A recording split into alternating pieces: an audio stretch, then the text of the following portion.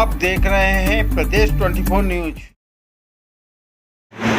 निर्वाचन की तैयारियों को लेकर पंचायत सचिवों ने दिन रात किया काम। लगभग पूरी हो गई है। हाँ, लगभग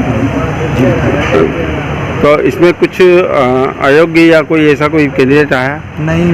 प्रयास ये किए गए हैं कि लगभग सभी नाम निर्देशन स्वीकृत किए जाएँ, क्योंकि ये चुनाव प्रणाली है, स्वतंत्र प्रणाली है। इसके अंतर्गत सभी का अधिकार है। कल रात में देर रात तक काम चलता रहा। हाँ, एक्चुअली क्या हुआ कि लास्ट दिन था, 6 तारीख, समय कम था, इसीलिए फॉर्म ज़्यादा आए तो समय ज़्यादा लगा, और सभी को बारीकी से जांच भी करना था सभी फॉर्मों को, इसलिए समय ज़्यादा लगा। लगभग कितनी बज गई थी कल रात में? 3 से 4 बजे तक कार्य चलता रहा। सभी कर्मचारी, सचिव से लेकर पटवारी से लेकर तहसीलदार साहब से लेकर एसडीएम साहब से लेकर सभी कर्मचारी मौजूद थे। आगे क्या कार्रवाई होना है जब इनके सबको फॉर्म समीक्षा में आ गए हैं, सभी को निर्वाचन योग्य स्वीकार कर लिया है? आगे चुनाव चिन्ह आवंटित होंगे 10 तारीख को, इसके बाद चुनाव होगा। 25 जून को चुनाव है। अब ये कर्मचारियों के लिए क्या योजना है?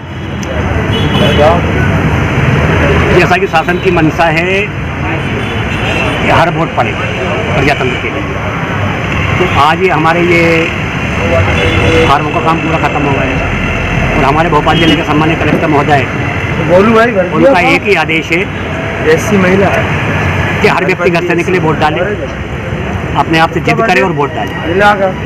और स्वस्थ प्रजातंत्र के लिए या यूँ कहे कि आत्मा को आला हाईकमान फिर स्वस्थ रखने के लिए एक एक आदमी घर से निकले, और जो योग्य काबिल उम्मीदवार है उनके पक्ष में मतदान करें, ताकि आने वाले समय में अपनी ग्राम पंचायतों को पंचायती राज की मूल अवधारणा के अनुरूप ढालें, उसको संवारें, और हमारा जिला भोपाल समूचे मध्य प्रदेश में एक है। राज्य शासन की मंशा अनुसार मुख्यमंत्री शिवराज सिंह चौहान की घोषणा के बाद एकमात्र आदमपुर छावनी अपने निर्विरोध निर्वाचित हुई है। इसके प्रयास क्यों नहीं हुए सभी पंचायतों में? नहीं, प्रयास हर जगह हुए हैं, लेकिन मैं कोटि धन्यवाद ज्ञापित करूंगा आदमपुर छावनी के मतदाताओं को कि उन्होंने बैठ कर एक अच्छा निर्णय लिया।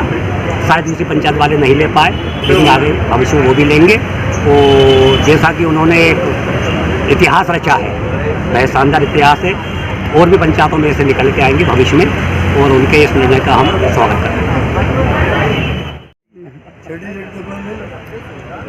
आगे क्या होना है पंचायत चुनाव में? पंचायत चुनाव में हम लोगों की सबसे बड़ी व्यवस्था ये है कि सुचारू रूप से और निष्पक्ष चुनाव हो जाए, पंचायत में किसी प्रकार का तनाव ना हो, और हर व्यक्ति वोट डाले। इसके लिए हम लोगों को सबसे पहले माननीय कलेक्टर महोदय के आदेश अनुसार इसी पे ध्यान देना है कि हर घर से वोट पड़े, हर मतदाता वोट दे। देखिए, अभी हम लोग ये प्रयास कर रहे हैं कि जो हमारी ग्राम पंचायत है वो ऐसी महिला है, और माननीय मुख्यमंत्री जी की योजना अनुसार जो निर्विरोध पंचायत का योजना है और राशि प्राप्त होती है, तो उस योजना के लिए हम लोगों ने प्रयास किए हैं। अभी 2 नामांकन हुए हैं, और हम कोशिश करेंगे कि 9 तारीख तक वो एक नामांकन विड्रॉल हो, और सब लोगों को हम ये समझा रहे हैं कि भाई आप जो है एक फॉर्म जो है वापस ले लीजिए, और जो निर्विरोध हमारा ग्राम हो, ऐसी हम लोगों की विचारधारा है।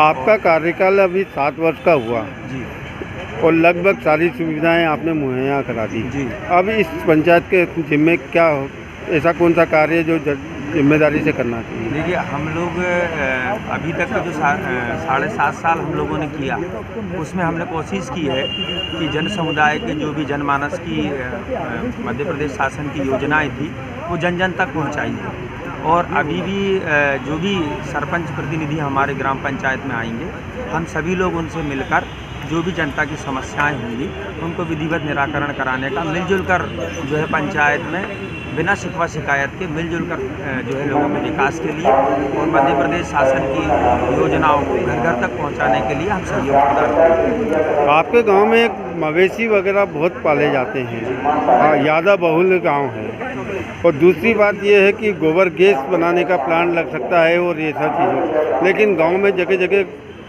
कचरे के गोबर के ढेर लगे हुए हैं, उसके लिए क्या योजना है? उसमें प्रयास किया है, और जो केंद्र शासन की गोबर गैस की योजना का जो योजना है उसके तहत मेरे यहाँ 2 गोबर गैस प्लांट स्वीकृत हुए हैं, परंतु उसमें अभी आचार संहिता लग गई थी, चुनाव होने वाले थे, हो रहे हैं, इसलिए वो नहीं हुए हैं। बहरहाल 2 गोबर गैस स्वीकृत हुए हैं, और वो जैसे ही आचार संहिता ख़त्म होगी और नया सरपंच आएगा, प्रतिनिधि आएगा, उनके साथ मिलकर हम गोबर गैस योजना को भी जो है सुचारू रूप से बनवाएंगे गोबर गैस प्लांट, और लोगों को जन जागृति के द्वारा, समझाइश के द्वारा ये बताएंगे कि जो है निःशुल्क गैस की व्यवस्था, निःशुल्क जो है लाइट की व्यवस्था गोबर गैस के माध्यम से हो, और कृषि विभाग से भी इसकी एक योजना है, उसके बारे में भी हम जन जन तक बात बता रहे हैं। हमारे यहाँ तो आरक्षण प्रक्रिया के तहत सीट जो है SC हो गई है, और जिला पंचायत का प्लान था वो भी पिछड़ा वर्ग क्रॉस हो गई है, तो जनपद का सोचा था वो भी SC हो गई है। तो अभी जनता की सेवा करेंगे, किसी योग्य उम्मीदवार को जिताएंगे जो जनता के बीच में जा सके, सबको लेके चल सके। हमारे ग्राम के नागरिक बैठे हैं, इनसे पूछ लीजिए, निरंतर विकास किए हमने और निरंतर करवाएंगे। अभी जो कैंडिडेट SC का आएगा तो समझ में आएगा, उसको फुल सपोर्ट करेंगे और योग्य उम्मीदवार को जिता कर लाएंगे। अब ऐसा कौन सा काम रह गया है पंचायत के माध्यम से जरूरी होना है? विकास तो एक निरंतर प्रक्रिया है, और उसमें विकास निरंतर चलता रहता है, और उसी को निरंतर करेंगे, और विकास तो निरंतर है। फिर से रोड बनेंगे, नए नए पुलों का निर्माण होगा, प्रधानमंत्री आवास मिलेंगे, कुटीर मिलेंगी, निरंतर सुदूर सड़कें बनेंगी, निरंतर बनेंगी। आपका शुभ नाम क्या है? किशन लाला हिरवा, ग्राम पंचायत अगरिया।